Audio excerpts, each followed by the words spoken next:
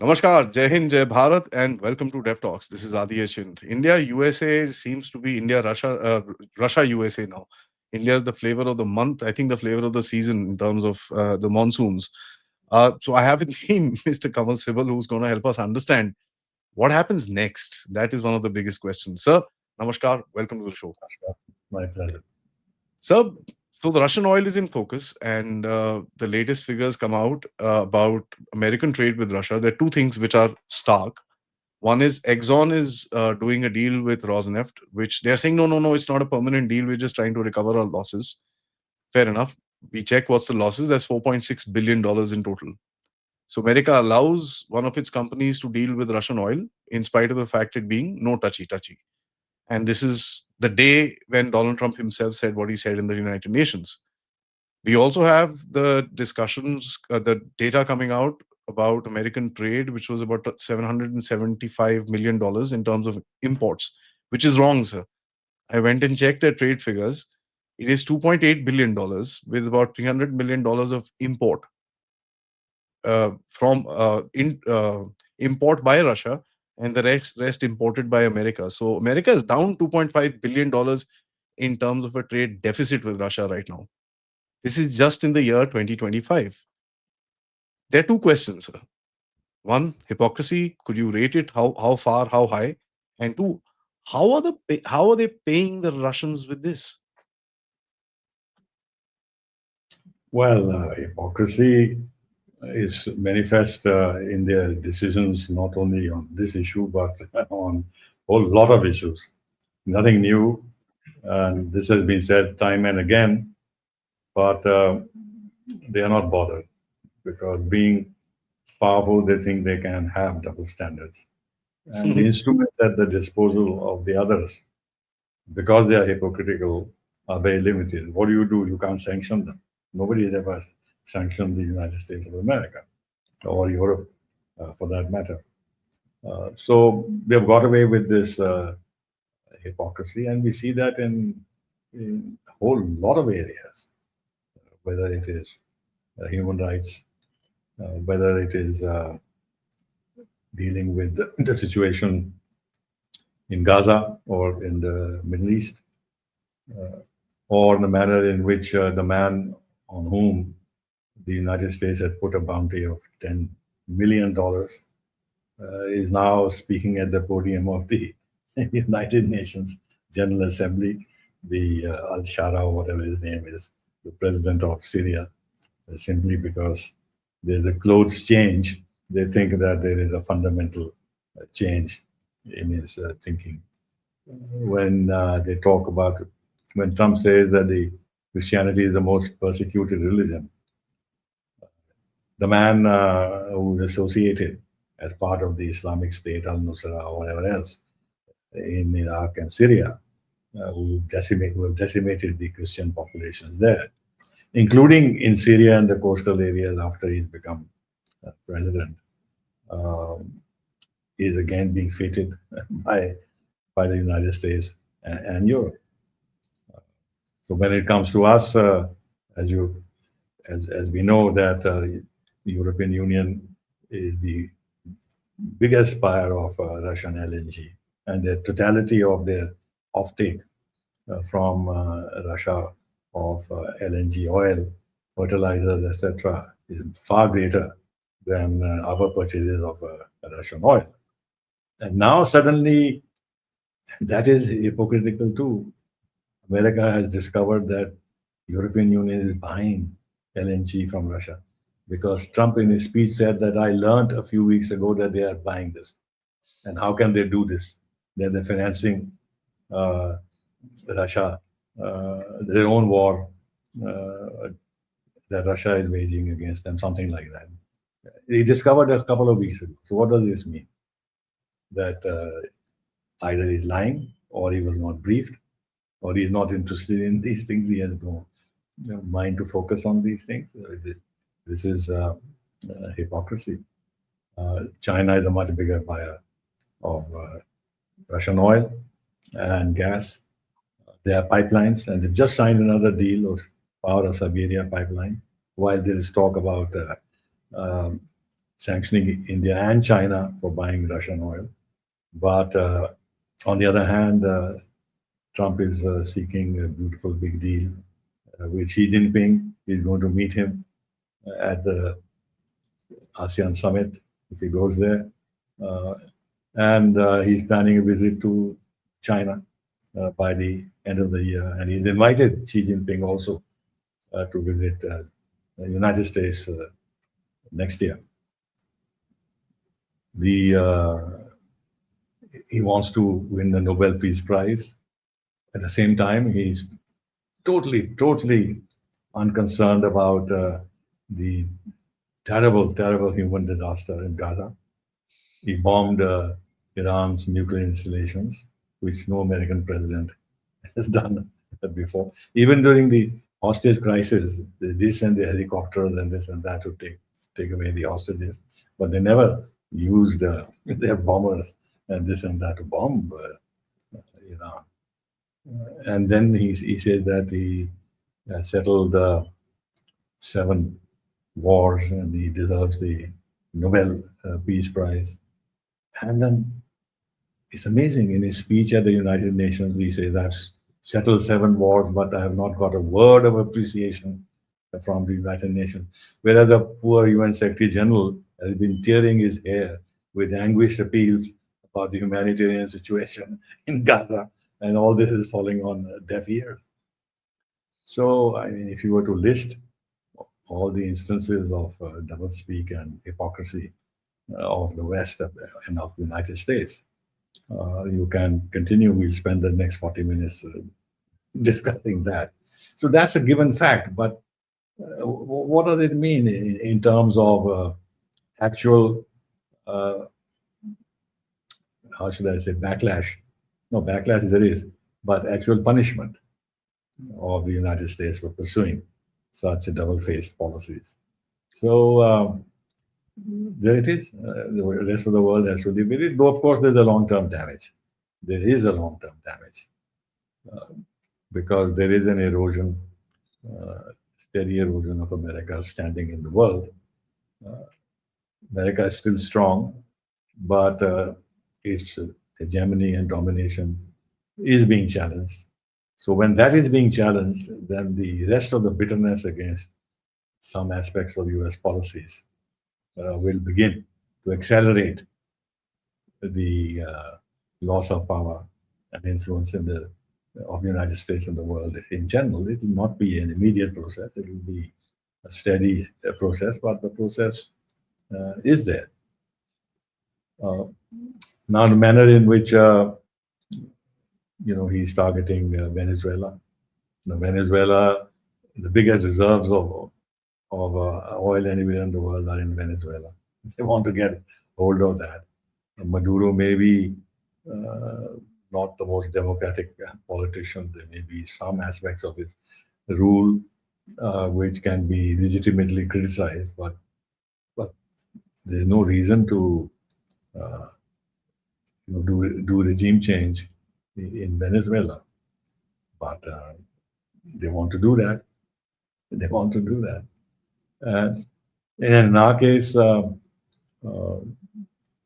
we have gone through this not only with the Trump administration, but even more so with the Biden administration on the whole issue of human rights and democracy backsliding and minority persecution. Whereas in his speech, Trump lashed out against immigration and actually openly said that you are letting people who actually are very different from you, not part of your civilization, they're very different. You're allowing them to come into your countries, and that's why you're failing. He's actually, on the one hand, there is this issue of Islamophobia against which everybody is up against. But if you read between the lines, this is a form of Islamophobia, where you are, in a very blanket way, saying that anybody Muslim who comes from any country into the West is a destabilizing factor.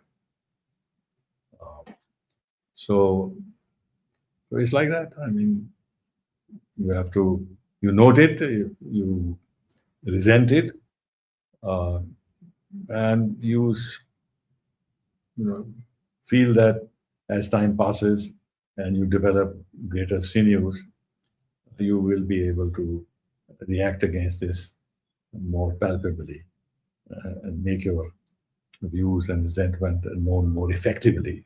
But for the time being, it's it's a kind of verbal uh, pushback, and our external affairs minister has been doing that very often.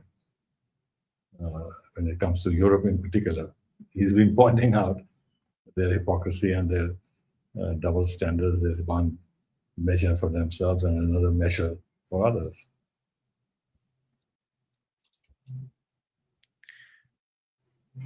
The double standard, though, sir. I mean, it's crossed the mile so far that double standard as a word mentioning even doesn't make sense anymore. But I want to kind of take a broader question. Now he's got us stuck with himself stuck with these sanctions. Either way, the way you want to look at it, it's a sticky situation. He's now escalated it, right? And so all the bonhomie that he tried to show with Prime Minister Modi was basically just to edge it off with Modi ji more than anything else. But the battle still continues. The attack dogs have kind of pulled back a little bit from the daily rhetoric to probably a weekly statement and stuff like that. What changed in this game, sir? Um, Actually, it didn't really change that much because after he had a couple of conversations with the prime minister, including the last one, uh, the feeling was that things were beginning to calm down, and immediately and suddenly there was the H-1B visa thing that erupted on the scene and put a cat amongst the pigeons here in India because of the consequences of that for all those Indian students and researchers and medical doctors and everything else who have benefited from this scheme and have made their lives in the United States. So there's a lot of consternation because of the massive human dislocations this would have caused. Uh, he has had to step back from that by saying, despite making it very clear that this was going to be a recurrent 100,000 they'll have to pay, and those who were on H-1B visa but were out of the country, for coming back they would have to pay $100,000. But suddenly they realize that they're setting up a problem for themselves and for their high-tech firms. So they step back, and that has caused a little bit of uh, you know that has reduced the tension that people were feeling here. But the H-1B scheme is effectively not going to work. Now, from our point of view, one can say that maybe it's a good thing. There will be short-term pain, but a long-term gain, because all these talented people will now be forced to look for opportunities in India. And if we can upgrade our own uh, play and give them the kind of facilities they need for research and the kind of uh, quality life that they want. If we can offer that, then they can contribute to the nation. Though of course they will be poached by some other countries, whether it is the UK or Germany, etc. So the H-1B visa thing came, and it's not as if pressure has got reduced. Now, for example, and I commented on that when Jaishankar met Rubio. Rubio posted on X his readout of the meeting, and it was as cold as it could be. There was no reference to strategic partnership or the importance of the relationship with India or Quad. or the Indo-Pacific concept, or any of the positives in a relationship. What did he focus on? Trade, pharmaceutical. Why is the Secretary of State interested in pharmaceuticals? Energy. If you look at trade means the kind of trade deal that they want, agriculture, dairy. Energy means you stop buying Russian oil and buy American LNG and oil. And pharmaceuticals, it worries me because there is a hint there that you have to do something about this. Uh, and the demand would be that the Indian pharmaceutical companies produce the generics in the United States. And somehow we should commit ourselves to that. This is the real thought behind this. Uh, Now, later on, the State Department, whether not because I posted something on X and they thought that they had to sort of step back a little bit and send a positive message, but they must have heard from various other quarters, I suppose, that this is going to create a lot of misapprehensions about where we are going. And then the State Department, I don't think this is okay. I can take the risk of saying this. I think this is all fictitious. Suddenly, the State Department said, no, no. He said how critical was the relationship with India, and they talked about Quad and stuff like that. So, uh, you know, anecdote. When I was ambassador to Moscow, Hillary Clinton had come there as Secretary of State. And in the press conference, she said she has raised the human rights issue with Russia. The Russians told me that no such thing at all. She didn't raise the human rights question, but they're used to this, that they say something to the press in order to uh, project a certain uh, position, uh, because this is how they manage the politics in their own country. So what I mean is that Hillary Clinton didn't raise that all the human rights issues. She goes to the press in Moscow and says, I did. So if one were to extrapolate that, it's quite possible that the US State Department made some positive noises in order to balance the rather bold and uh, dry tweet post on X Mhm. of the US Secretary of State. So there was another message there. Now I know that they are pressing us very hard to reduce our oil from oil purchases from Russia. And you would have seen the latest statement by Besant to the effect that India will uh, slow down its purchases of Russian oil. Yeah, they've been This is saying what that for 3 months now, sir. this is what they're demanding. This is what they're demanding. And what are we saying? What we are saying is that, look, our energy needs are growing. Our economy is growing. We'll be importing more and more energy. So we are very open to importing progressively more and more energy from United States. As it happens, on a year-to-year basis, year-on-year basis, we have imported 60% more energy from the United States this year. And what we are saying is that this expansion of imports from the United States will be normal as our economy grows. Obviously, we don't want them to link this to any specific steps that we are required to take in order to reduce our oil purchases from Russia. But they want that. Not only they want that, uh, they want a commitment.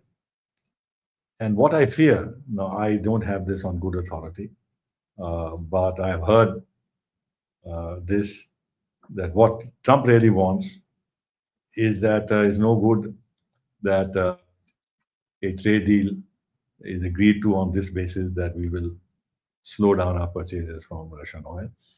Before the trade deal is announced, India should say publicly that they're doing this. In other words, humiliate us and create a rift between us and Russia. So this is his game. He wants to be able to show in every case he has won.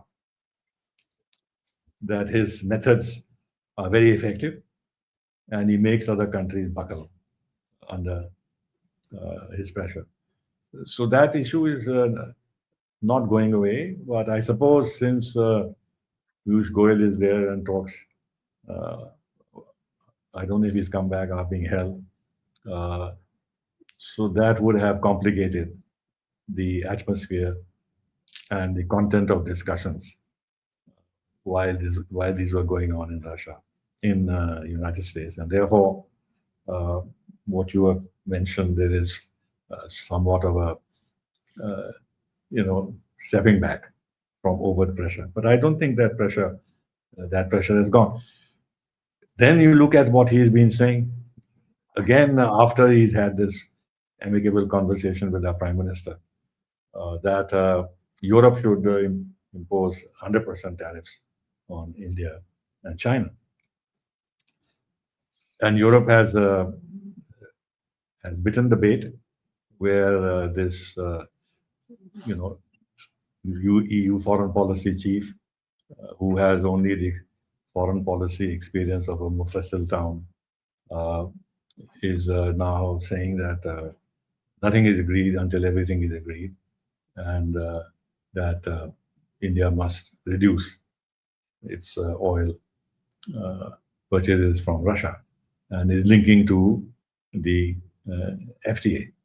In other words, while the FTA discussion is going on, in which they are interested, they will use the issue of oil purchases from Russia as a point of pressure to uh, make us more amenable uh, on on the larger trade issues that we are discussing with them. That if we yield on this, then you can get a better trade deal. You know, so yield is one, but the interesting thing that you see is that give an inch, take a mile, sort of a thing. I mean, it's just going to be, um, and that's, I think, an understanding within the government pretty clear that these guys aren't going to stop. So what are we doing? I mean, you've got Piyush Goyal Saab going there, and interestingly, he's making very hard statements. Oh, they're afraid of our talent and this and that. So what? Have we started giving it to them in the same language? Or is this just rhetoric that you just leave a fire when something like that? Secondly, so one thing we see is that Trump's disconnection from Ukraine, and that's something which is bound to happen going forward. He's, I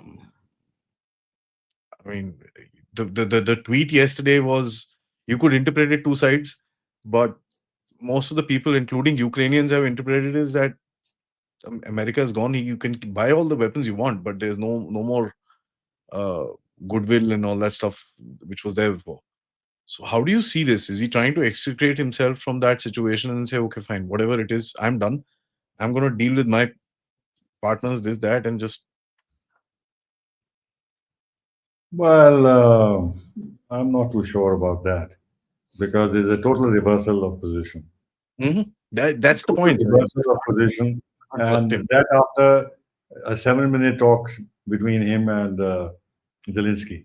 So Zelensky's power of persuasion and communication are so effective that within 7 minutes he made Trump believe that the information briefing he was getting from Putin was no good, and that what he told him about his intelligence and the information from his military cabinet was the real situation, and that obviously he has the capacity to win back all the territories which Russia has occupied.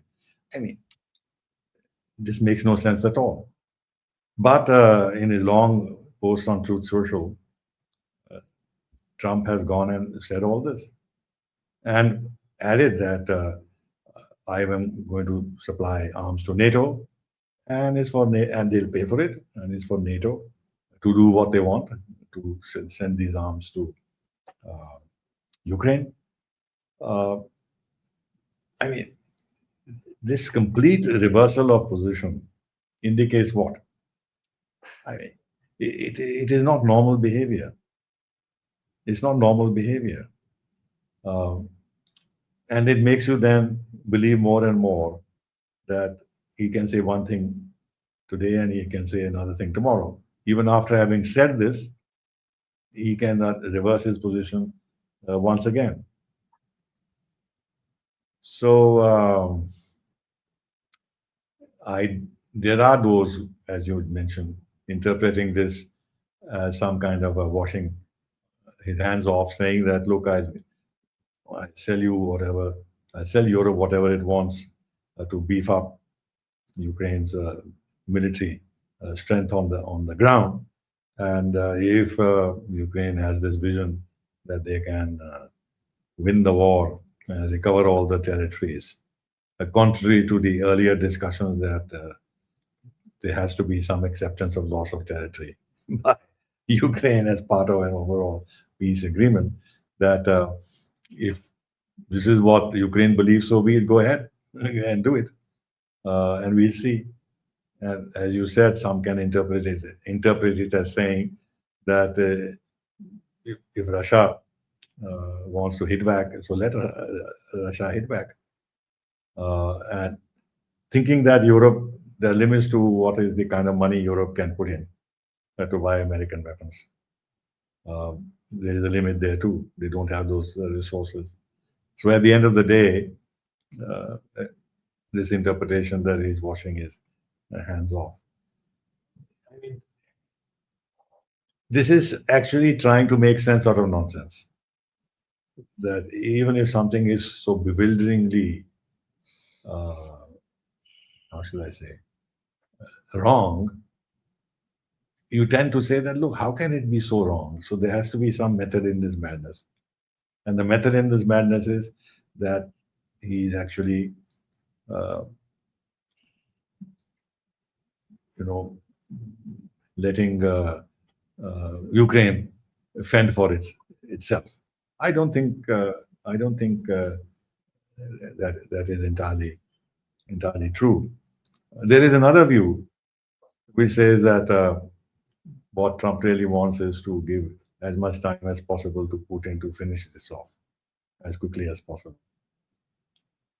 But then the manner in which he said that Russia is a paper tiger, that any serious country would have knocked Ukraine out in 3 4 days, uh, etc., etc. To which the Kremlin has reacted, and the Russian Foreign Minister and Secretary of State Rubio have just spoken in New York. They have had delegation level discussions uh, where, from the Russian side, the position is pretty clear that the two leaders had met in Alaska. They had decided on a course of action. Russia is committed to that course of action. Uh, and on the American side, the readout simply says that this war should end and this killing should stop. Uh, so I don't think that we should take what Trump has said as his very definitive opinion. He's a showman. I mean, if Zelensky is a showman, but Zelensky has no power. I mean, he Mm. can strut around on a small stage, but the real showman is Trump, and he's strutting on the global stage, and he wants to draw attention to himself constantly, constantly, constantly. That not a day, not a minute, not an hour should pass without the world paying attention to him. And this is his way of gaining attention. Say absolutely the outrageous things, which will make everybody talk until he says another outrageous thing the next day. So, you know, of course, this is not pertinent to our the question you asked me, but it is related in terms of the state of mind of Trump. That he settled the conflict between Cambodia and Armenia. I- and, and he says it repeatedly. He has no sense of geography, or they are just lapses in his communication. Uh, he talks about constantly about having resolved the 7 conflicts. And what did he say in the UN speech? that I didn't get one word of appreciation from the UN. For heaven's sake, the UN Secretary General has been making anguished appeals. Please stop the human carnage in Gaza. Huh? But there's total lack of response uh, from uh, from Trump and United States. And then he says that when I solved seven other wars, supposedly, there was not a word of appreciation from the United Nations. So what did he expect? And then he says the United Nations has not been able to live up to its task that it was assigned to because the escalator didn't work and the teleprompter didn't work. And he made this a big international issue. Yeah. And He's and complaining, sir. He's sending a complaint. he posted a huge thing on Truth Social as if the biggest threat to global security occurred because the teleprompter didn't work and and the escalator stopped working.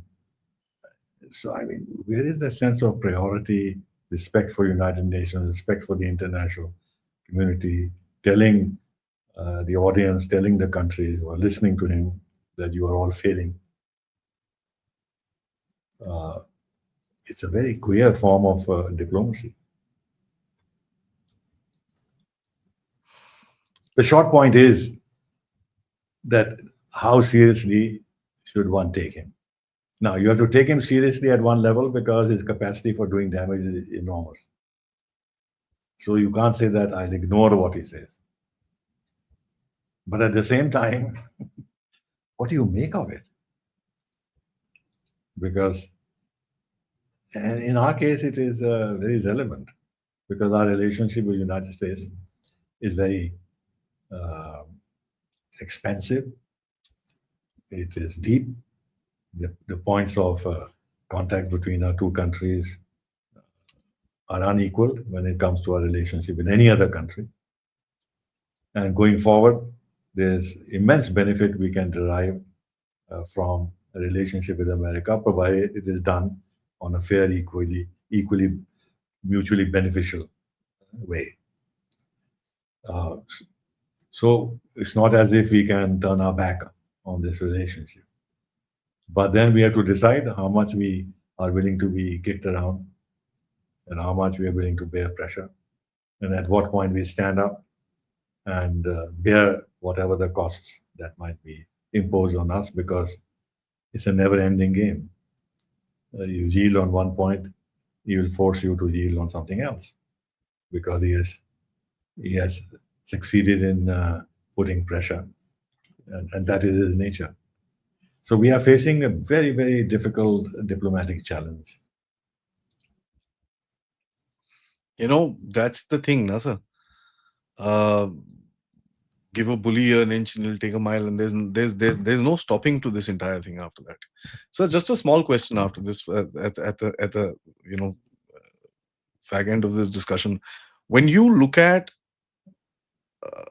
the global scenario today, right? His recent actions kind of the public projection is, oh, very friendly image with China. He's putting out propaganda about G2 and all that nonsense. But when you look at the ground actions, he's already encroached into the Caspian, spoken to Kazakhstan, Uzbekistan, done deals with them. He's talking about Bagram. This is basically, and by the way, Poland has just stopped the BRI from going through this thing.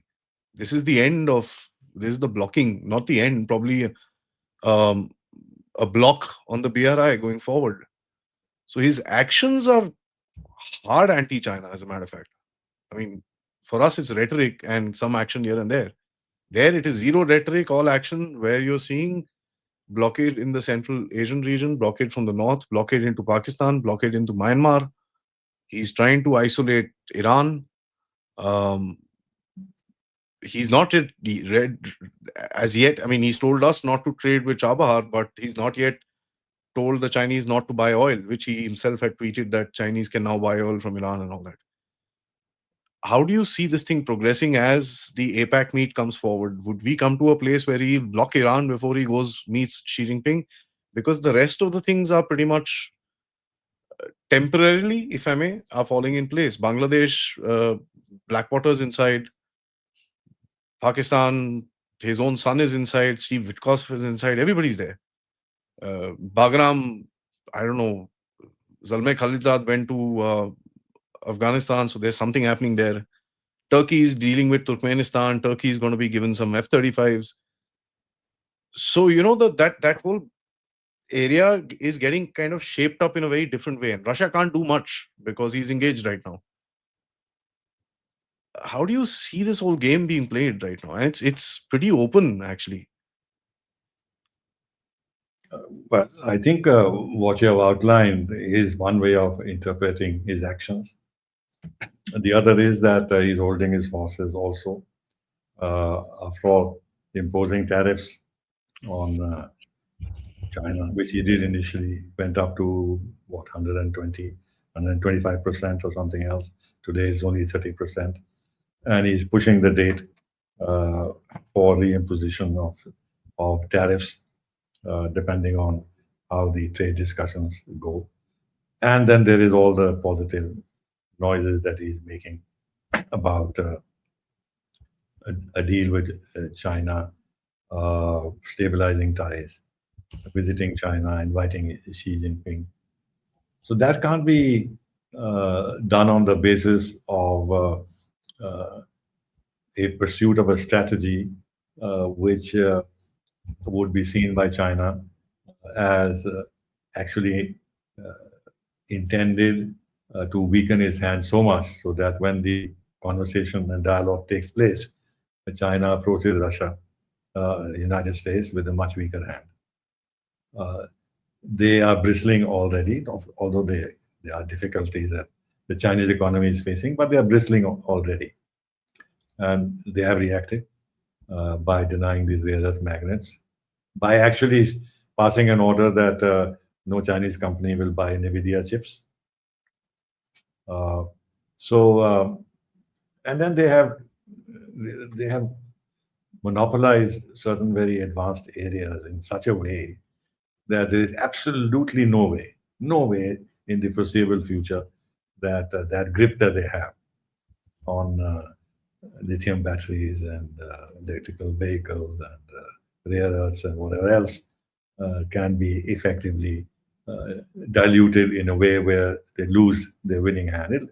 It may happen after some years, but not immediately. So, and some of the other things you mentioned with regard to that connectivity being created across Armenia to Turkey, to Black Sea and Turkey and all that. That is more directed at Russia than at China, because then this connectivity doesn't pass through Russia at all. So Russia loses control over connectivity between Central Asia and through Turkey, Western Europe.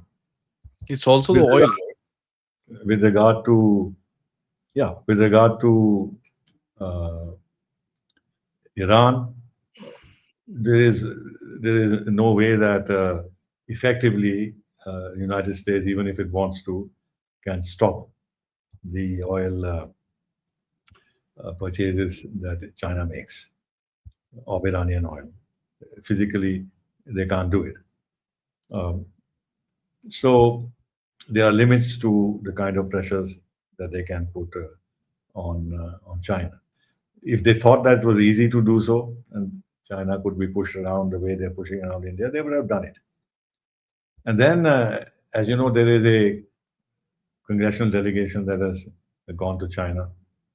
Uh, and one of the things that they're pushing for, and I know from my own experience, that we should resume the military dialogue between China and the United States. They very much want that. They don't want a conflict in the Western Pacific. They want to deter China, but they know that they are losing the capacity to deter China. And after China's military parade and what they have exhibited there, the capacities that they have, irrespective of the global reach of those capacities, leave that aside. But in terms of dealing with the Western Pacific and Taiwan, They have shown enough muscle that the US cannot uh, take on China in that area. Uh, so the United States has also to accommodate China. Now it's a game that is going on, which is, and this is part of the larger strategy: cooperate where we can, compete where we must, and confront where we have to. So confrontation is going on, competition is going on, and cooperation is going on. This is an old strategy that the United States has been announcing with regard to China. And what you have described is part of that larger strategy. If you pick up individual pieces of that, you can reach a conclusion. But if you take the totality of it, then it begins to make more sense. And then, and here comes from the Indian point of view, what our problem is that he seems to have lost interest in Quad and the Indo Pacific concept. And I think there is a messaging in this to China also that we are not seeking to confront you in the maritime space, and you know give you a signal that we are finding every single way to contain you. He has annoyed Japan, and he's humiliated Japan. He's humiliated South Korea, two linchpins for their strategy in the Western Pacific. So if he was that concerned about maintaining their force posture and alliance posture in the Western Pacific, signaling to China their determination to deter it, then he won't be doing these things. But he has done it. And what will be the consequence of this? Both Japan and South Korea will begin to feel shaky. They don't have much of a choice, but in terms of the dependence on the United States for their security, they can't depend on anything else, anybody else. Uh, so they have to lump it, but nevertheless, uh, what will China draw? What lessons will China draw from the conclusion China will draw from this? That America is totally confused, that it doesn't really have a proper strategy of containing China or deterring China. So the United States is actually weakening its own posture by alienating India, which is not a security partner, and alienating Japan and South Korea. So to come back, I would say that see the people around Trump who are fashioning today U.S. policy are trade people. They are not national security people. And these are guys who want to make trade deals. That's uppermost in their minds. So they don't have any geopolitical vision other than a promoting the agenda that Trump has of bringing investment home, jobs home, manufacturing home, through high tariffs, bringing in trillions of dollars, as he says, into the U.S. economy. And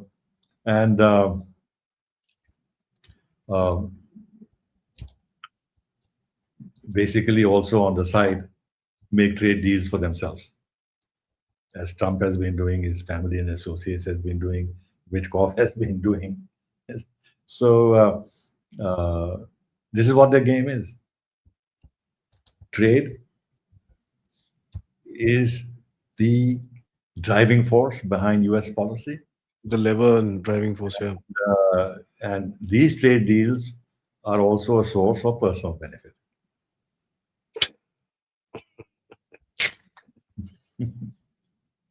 9 billion, sir. That's the figure which is running around right now. 9 billion. No, even the deal that they made, this crypto thing, Witkoff and his own family have gained quite substantial sums from this. Oh yeah, it's 1%, sir. The deal is very Yeah. simple.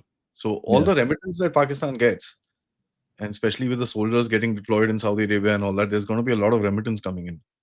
Mm. That all comes in stable coins, which is Mm. directed by the World Liberty Financial, and Trump gets 1%. That's it, Mm. which is But the normal banking fee, right? And there is, Pakistanis use that stable coin to purchase oil from Saudi Arabia. I see, I So see. Pakistan has a little bit of a reserve for its oil. Mm. It doesn't need to spend the dollars and everything like that. So it can kind of allegedly de-dollarize its oil. And the same thing is, by the way, happening in Bangladesh as well with the rare earths and the drugs, where Blackwater and all these guys are in, sir. The, the manner in which he has, he's quoting Pakistan, knowing India's sensitivities and India's concerns, again shows that there is no uh, historical vision, geopolitical vision, uh, vision about going forward in this region with the principal country in the region from which United States as a nation can derive far, far greater benefit than with a broken, militarized state like politically and economically broken state like Pakistan.